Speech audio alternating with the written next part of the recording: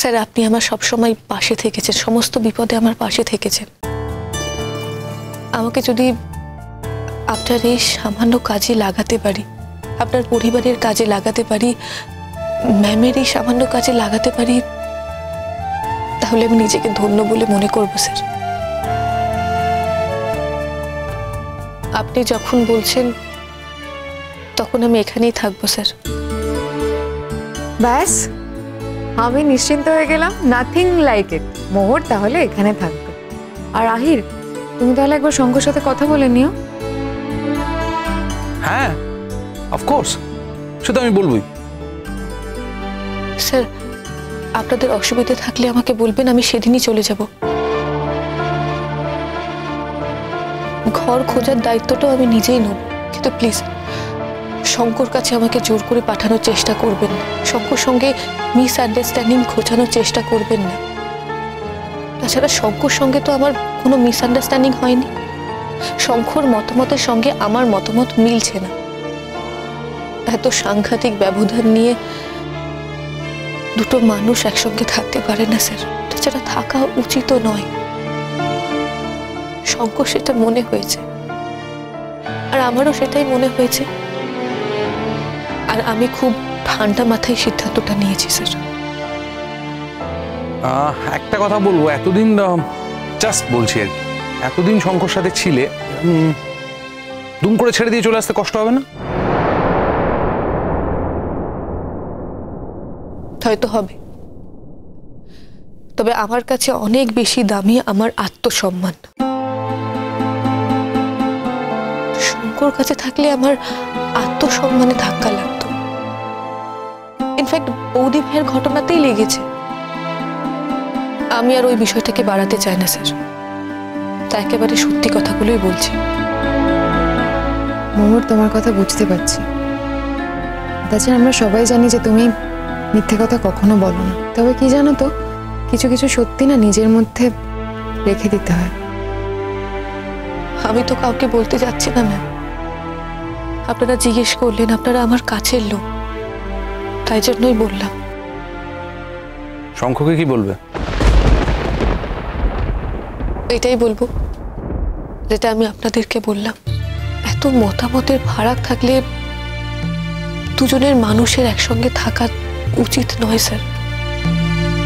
আমি বলবো যে তুমি তো এটাকে অ্যাপ্রুভ করেছো, তাই তোমার দিক থেকে আপত্তি করার কোনো জায়গা নেই।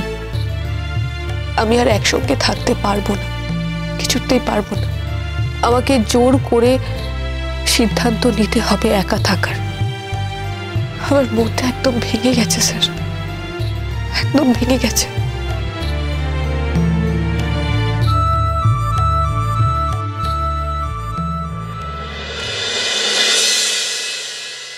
কি অবস্থা করেছো বলো তো নিজের? দুদিন আসতে পারিনি, তার জন্য একবার জানানোর প্রয়োজন বোধ করোনি? এই অবস্থা করেছো তুমি নিজের।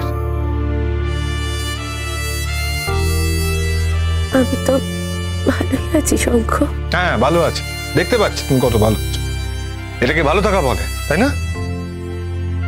না না না, এভাবে এভাবে তোমাকে বাড়িতে রাখা যাবে না। ঠিকভাবে শ্বাস প্রশ্বাস নিতে পারছো না, তোমাকে হসপিটালাইজ করতেই হবে। আমাকে আমাকে যেতে দাও শঙ্খ। যাওয়ার সময় আর আমার কোনো বাধা দিও না। আমি নিজের বাড়িতে যেতে চাই। আমাকে হসপিটালে নিয়ে গিয়ে আর কোনো লাভ নেই। অনেক স্মৃতি নিয়ে বসে আছি, সেই স্মৃতিগুলো নাড়তে নাড়তে ঘাটতে ঘাটতে চলে যাব আমি। না না, এটা এটা আমি দেখতে পাচ্ছি না, আমি জাস্ট নিতে পারছি না। আমার খুব অসুবিধা হচ্ছে। আমার এরকম একটা অবস্থা তুমি তুমি জানাওনি কেন? কেন জানাওনি? তোমার তো আমাকে জানানোর কথা ছিল। আচ্ছা, তোমাকে তোমাকে যিনি দেখেন, যিনি আছেন, তোমার পরিচর্যা করেন, সেই তিনি কোথায়? কি মুশকিল। রুক্মিণী দি, রুক্মিণী দি। হ্যাঁ হ্যাঁ দাদাবাবু বলুন। আরে কি ব্যাপার বলুন তো, আপনি আপনি আমাকে কিছু জানাননি কেন? আপনার তো আমাকে খবর দেওয়ার কথা ছিল।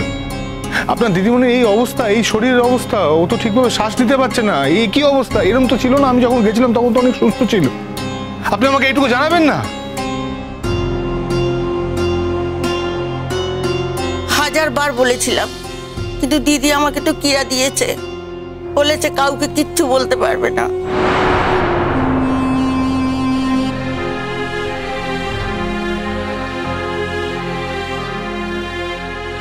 বুঝেছি বুঝেছি, তার মানে তুমি আমাকে তোমার বিপদের সময় পাশে চাও, তাই তো তুমি? হ্যাঁ, যে বিপদে আর কারোর কিছু করার থাকে না, সে বিপদে আমি আর কাউকে আমার পাশে চাই না শঙ্খ। আমাকে একটু শান্তিতে যেতে দাও। শুনুন, এটা হতে পারে না, এটা কিছুতেই হতে পারে না। আমি এক্ষুনি হসপিটালে যাওয়ার ব্যবস্থা করছি। শঙ্খ, আমার ইচ্ছার বিরুদ্ধে তুমি আমায় কোথাও নিয়ে যেতে পারো না শঙ্খ। তুমি কেন এত অবুঝের মতো করছো? কেন? আরে তুমি কেন বুঝতে চাইছো না যে হসপিটালে গেলে তুমি এই যাত্রায় ভালো হয়ে যাবে? তোমার অক্সিজেন সাপোর্ট দরকার। বাড়িতে অক্সিজেন সিলিন্ডার আছে, কিন্তু তুমি তো সেটা ব্যবহার করোনি, নাওনি তো। আমি আর কিচ্ছু চাই না, কিচ্ছু না, কিচ্ছু না। কেন কেন তুমি এই ধরনের কথা কেন বলছো? তো বুঝতে পারছি না। হ্যাঁ, এত সুন্দর একটা পৃথিবী, এই পৃথিবীতে তোমার বাঁচতে ইচ্ছে করে না? ভালোভাবে থাকতে ইচ্ছে করে না? বাঁচতে ইচ্ছা করতো শঙ্খ, যদি সাধারণভাবে হাঁটতে চলতে পারতাম।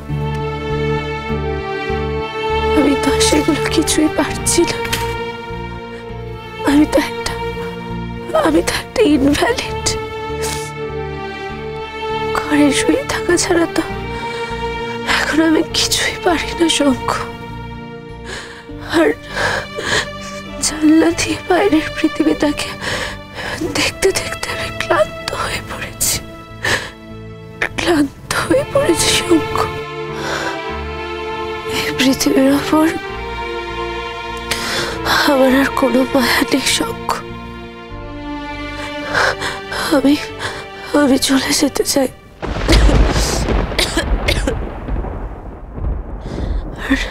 আর আমার চলে যাওয়াটা যখন নির্দিষ্টই হয়ে গেছে, তখন কেন আমাকে আটকে রাখতে চাইছো শঙ্খ? তুমি পারবে না শঙ্খ। এই মহাশক্তির কাছে তুমি সামান্য। তাই বলে আমাকে চেষ্টা তো করতে হবে। তোমাকে আমি এইভাবে মৃত্যু পথযাত্রী হতে দিতে পারবো না। তুমি আমাকে এইটুকু চেষ্টা কেন করতে দেবে না বলো?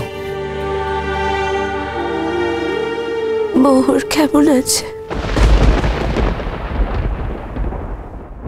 বলতে পারবো না। বলতে পারবে না মানে? আবার ঝগড়া করেছো তুমি মোহরের সাথে? মোহরের সঙ্গে বোধহয় আমার আর থাকা হবে না। যখন এসব কি বলছো তুমি? মোহরের সাথে থাকা হবে না মানে? মোহরের মতো একটা ভালো মেয়েকে তুমি? হ্যাঁ, ও ভালো মেয়ে, ও ভালো তো।